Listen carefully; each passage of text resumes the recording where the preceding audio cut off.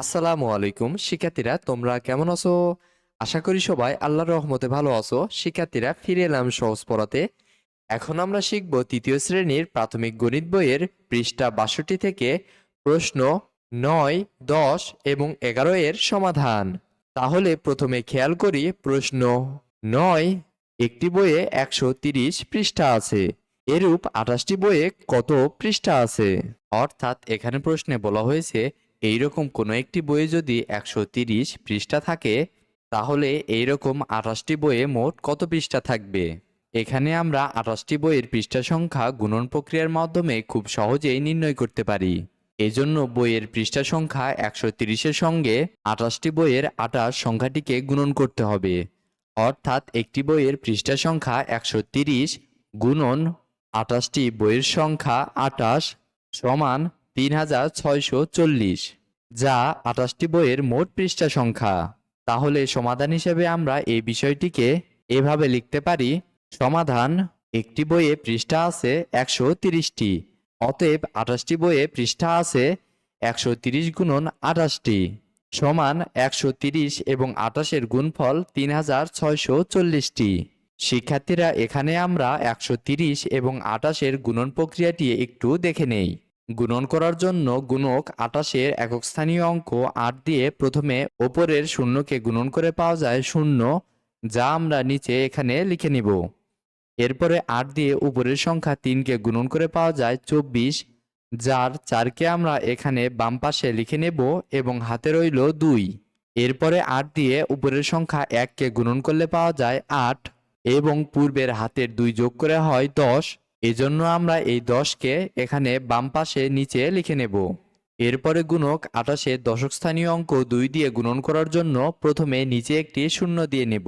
এরপরে ২-এর সঙ্গে উপরের শূন্যকে গুণন করলে পাওয়া যায় ০, যা আমরা এখানে নিচে লিখে নেব। এরপরে ২-এর সঙ্গে উপরের এই ৩কে গুণন করলে পাওয়া যায় ৬, যা আমরা এখানে নিচে লিখে নেব। এরপরে আবার ২ দিয়ে উপরের সংখ্যা ১কে গুণন করলে পাওয়া যায় ২, এই ২কেও আমরা এখানে নিচে লিখে নেব। এরপরে নিচে একটি দাগ দিয়ে এই ০ এবং ০কে যোগ করলে পাওয়া যায় ০, এই ৪ এবং ০কে যোগ করলে পাওয়া যায় ৪, এই ০ এবং ৬কে যোগ করলে পাওয়া যায় ৬ এবং সর্বশেষে এই ১ এবং ২কে যোগ করলে পাওয়া যায় ৩। তাহলে প্রাপ্ত গুণফল হিসেবে পাওয়া গেল ৩৬৪০। তাহলে উত্তর হিসেবে আমরা লিখতে পারি, সুতরাং ২৮টি বইয়ে ৩৬৪০টি পৃষ্ঠা আছে।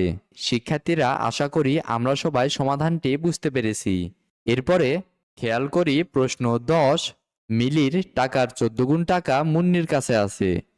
মিলির কাছে যদি ২২৫ টাকা থাকে, তবে মুন্নির কাছে কত টাকা আছে? অর্থাৎ এখানে প্রশ্নে বলা হয়েছে মিলির কাছে যে পরিমাণ টাকা আছে তার ১৪ গুণ টাকা মুন্নির কাছে আছে। মিলির টাকার পরিমাণ যদি ২২৫ টাকা হয়, তাহলে মুন্নির কাছে মোট কত টাকা আছে? এই বিষয়টিও আমরা গুণন প্রক্রিয়ার মাধ্যমে খুব সহজেই সমাধান করতে পারি। এজন্য মিলির টাকার পরিমাণের সঙ্গে ১৪কে গুণন করতে হবে।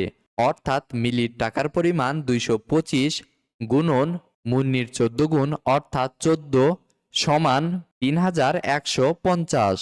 সুতরাং এই বিষয়টিকে আমরা সমাধান হিসেবে এভাবে লিখতে পারি: সমাধান, মুন্নির কাছে মিলির টাকার ১৪ গুণ টাকা আছে।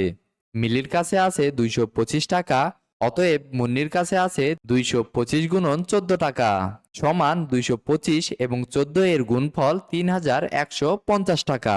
শিক্ষার্থীরা, এখানে আমরা ২২৫ এবং ১৪ এর গুণন প্রক্রিয়াটি একটু দেখে নেই।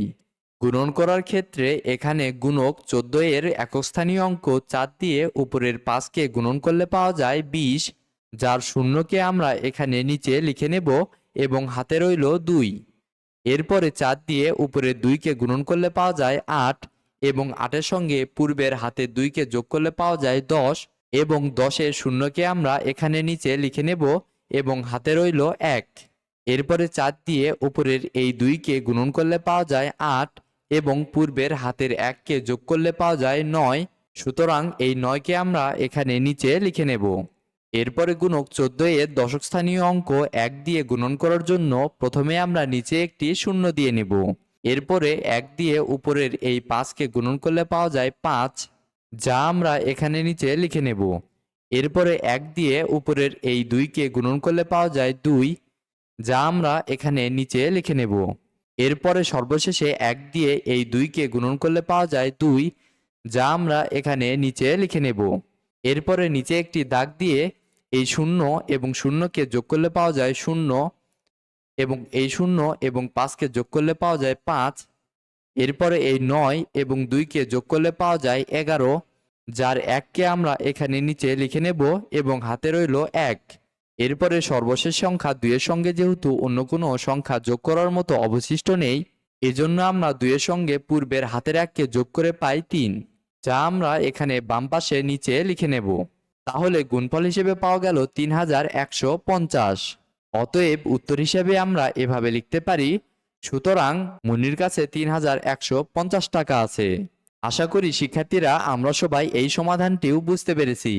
তাহলে এরপরে খেয়াল করি প্রশ্ন 11, একটি ইলিশ মাছের দাম 750 টাকা, এরূপ 20টি ইলিশ মাছের দাম কত? অর্থাৎ এখানে প্রশ্নে বলা হয়েছে এই রকম একটি ইলিশ মাছের দাম যদি 750 টাকা হয়, তাহলে একই রকম মোট 20টি ইলিশ মাছের দাম কত টাকা হবে? এই সমস্যাটিও আমরা গুণন প্রক্রিয়ার মাধ্যমে খুব সহজেই সমাধান করতে পারি। এজন্য একটি ইলিশ মাছের দামের সঙ্গে 20টি ইলিশ মাছের সংখ্যা 20কে গুণন করতে হবে। অর্থাৎ একটি ইলিশ মাছের দাম 750 গুণন 20টি ইলিশ মাছের সংখ্যা 20 সমান 15,000, যা 20টি ইলিশ মাছের দামের পরিমাণ। সুতরাং সমাধান হিসেবে আমরা এই বিষয়টিকে এভাবে লিখতে পারি, সমাধান একটি ইলিশ মাছের দাম 750 টাকা, অতএব 20টি ইলিশ মাছের দাম 750 গুণন 20 টাকা সমান 750 এবং 20 এর গুণফল 15,000 টাকা। শিক্ষার্থীরা এখানে আমরা 750 এবং 20 এর গুণফল নির্ণয়ের প্রক্রিয়াটি একটু দেখে নেই। গুণন করার ক্ষেত্রে গুণক 20 এর একক স্থানীয় অঙ্ক 0 দিয়ে উপরের এই 0কে গুণন করলে পাওয়া যায় 0, আবার 0 দিয়ে উপরের 5কে গুণন করলে পাওয়া যায় 0, এবং 0 দিয়ে উপরের 7কে গুণন করলে পাওয়া যায় 0। এরপরে গুণক 20 এর দশক স্থানীয় অঙ্ক 2 দিয়ে গুণন করার জন্য প্রথমে নিচে একটি 0 দিয়ে নিতে হবে। এরপরে 2 দিয়ে 0কে গুণন করলে পাওয়া যায় 0, যা আমরা এখানে নিচে লিখে নেব। এরপরে 2 এর সঙ্গে উপরের 5কে গুণন করলে পাওয়া যায় 10, 10 এর 0কে এখানে বাম পাশে লিখে হাতে রইল 1। এরপরে 2 দিয়ে উপরের 7কে গুণন করলে পাওয়া যায় 14, এবং পূর্বের হাতের 1কে যোগ করলে পাওয়া যায় 15, এবং 15কে আমরা নিচে এখানে বাম পাশে লিখে নেব। এরপরে নিচে একটি দাগ দিয়ে এই 0 এবং 0কে যোগ করলে পাওয়া যায় 0, এই 0 এবং 0কে যোগ করলে পাওয়া যায় 0, এই 0 এবং এই 0কে যোগ করলে পাওয়া যায় 0। এরপরে এই 5 এর সঙ্গে উপরে যোগ করার মতো যেহেতু কোনো সংখ্যা অবশিষ্ট নেই, এজন্য আমরা লিখে নেব 5, এবং সর্বশেষ এই 1 এর সঙ্গে যেহেতু উপরে কোনো সংখ্যা যোগ করার মতো অবশিষ্ট নেই, এজন্য নিচে আমরা লিখে নেব 1। তাহলে গুণফল হিসেবে পাওয়া গেল 15,000। অতএব আমরা উত্তর হিসেবে এভাবে লিখতে পারি, সুতরাং 20টি ইলিশ মাছের দাম 15,000 টাকা।